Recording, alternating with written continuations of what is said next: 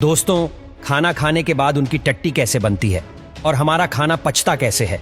हमारा खाना पच रहा है या सड़ रहा है कैसे पता करें? दोस्तों, एनर्जी से ही हमारी पूरी बॉडी काम कर पाती है और एनर्जी हमें मिलती है फूड से, और डाइजेस्टिव सिस्टम की मदद से ही हम फूड का एनर्जी में कन्वर्ट कर पाते हैं। हम तो सिर्फ खाना खाते हैं और वॉशरूम जाकर वेस्ट को बॉडी से बाहर निकाल देते हैं, लेकिन खाने से लेकर वॉशरूम जाने तक हमारा डाइजेस्टिव सिस्टम बहुत ही ज्यादा मेहनत करता है। और इस वीडियो में हम यही देखेंगे कि डाइजेस्टिव सिस्टम काम कैसे करता है। डाइजेशन तो खाना खाने से पहले ही शुरू हो जाता है। जब हम खाने के बारे में सोचते हैं तभी हमारे मुंह में पानी आ जाता है। वो पानी नहीं होता है, उसे सलाइवा कहते हैं। जब हम खाना चबाते हैं तब दांत की मदद से हम फूड को छोटे छोटे पीसेस में ब्रेक कर देते हैं और साथ ही खाना और सलाइवा मिक्स हो जाते हैं। हमारे मुंह के अंदर सलाइवरी ग्लैंड्स होते हैं जो सलाइवा बनाते हैं और रिलीज भी करते हैं। सलाइवा में कुछ एंजाइम्स होते हैं जो कार्बोहाइड्रेट्स और फैट्स का डाइजेशन मुंह के अंदर ही शुरू कर देते हैं, और सलाइवा की मदद से खाना सॉफ्ट और स्मूथ हो जाता है, जिससे ये फूड पेट में आराम से जा पाता है। इस चबाए हुए खाने को बोलस कहते हैं और जुबान बोलस को गले में ढकेल देती है। गले में दो रास्ते होते हैं, एक लंच का रास्ता और दूसरा पेट का रास्ता। अब बोलस को यहाँ से जाना होता है पेट में, पर दो रास्ते होने की वजह से बोलस लंग्स में भी जा सकता है और पेट में भी जा सकता है।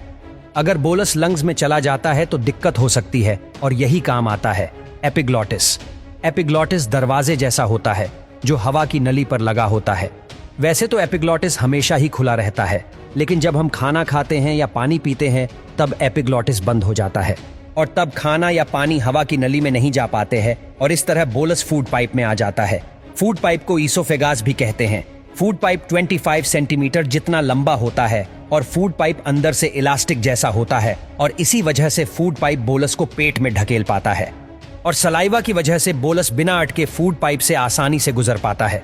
फूड पाइप के एंड पर कुछ मसल्स लगे होते हैं जो फूड को यानी बोलस को वापस फूड पाइप में जाने से रोकते हैं। इन मसल्स को LES लोअर ईसोफेगास स्फिंक्टर कहते हैं। जब LES रिलैक्स हो जाते हैं तब बोलस पेट में आ जाता है। पेट में पहुंचने के बाद बोलस की पिटाई शुरू हो जाती है। हमारा पेट खाने को सिर्फ होल्ड नहीं करता है, बल्कि एक ग्राइंडर की तरह फूड को पेस्ट में बदल देता है, और इसी इलास्टिक पावर की मदद से स्टमक फूड को पेस्ट में बदल पाता है। स्टमक अपनी इलास्टिक पावर से फूड को इधर उधर ढकेलता है, जिसके कारण फूड पेस्ट में बदल जाता है, और पेट में एसिड भी होता है, और वो एसिड है HCl हाइड्रोक्लोरिक एसिड। दोस्तों, HCl बहुत ही ज्यादा स्ट्रांग होता है, और पेट के मसल्स को HCl से बचाने के लिए पेट में म्यूक्स रिलीज किया जाता है, जो HCl को पेट के मसल्स के साथ रिएक्ट करने नहीं देता है। HCl का काम होता है फूड को डाइजेशन के लायक बनाना, और दूसरा काम होता है डाइजेस्टिव एंजाइम्स बनाना।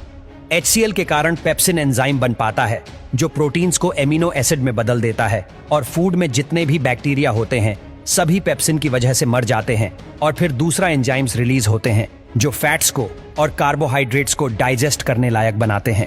तो पेट में फूड 6 से 8 घंटे के लिए रहता है, और इन 6 से 8 घंटे में फूड लिक्विड में बदल जाता है। इस लिक्विड को काइम कहते हैं। तो काइम 6 से 8 घंटे बाद चला जाता है स्मॉल इंटेस्टाइन में, पर स्मॉल इंटेस्टाइन में जाते समय काइम बाइल जूस और पैनक्रिएटिक जूस के साथ मिक्स होता है। बाइल जूस बनता है लिवर में और स्टोर होता है गॉल ब्लैडर में, और बाइल जूस फैट्स को ब्रेक करता है। बाइल जूस कलर में ग्रीन होता है, जिसके कारण काइम का कलर भी ग्रीन हो जाता है, और पैंक्रिएटिक जूस में अलग अलग एंजाइम्स होते हैं जो कार्बोहाइड्रेट्स को ग्लूकोज में, प्रोटीन्स को अमीनो एसिड्स में, और फैट्स को फैटी एसिड्स में बदल देते हैं। तो इस तरह विलाई की मदद से हम फूड से एनर्जी ले पाते हैं। स्मॉल इंटेस्टाइन से गुजरने के बाद काइम चला जाता है लार्ज इंटेस्टाइन में। लार्ज इंटेस्टाइन तक आते हुए काइम से लगभग सभी न्यूट्रिएंट्स खून में चले जाते हैं, और इसीलिए काइम का कलर ग्रीन से ब्राउन हो जाता है। ब्राउन काइम में अभी भी कुछ न्यूट्रिएंट्स और फाइबर्स होते हैं, और फाइबर्स को हम डाइजेस्ट नहीं कर पाते हैं, और यही हमारी मदद करते हैं माइक्रोब्स, बैक्टीरिया। हमारा लार्ज इंटेस्टाइन 1.5 मीटर जितना लंबा होता है, और पूरे लार्ज इंटेस्टाइन पर बैक्टीरिया माइक्रोब्स होते हैं जो काइम से बचे हुए न्यूट्रिएंट्स को डाइजेस्ट करने में मदद करते हैं।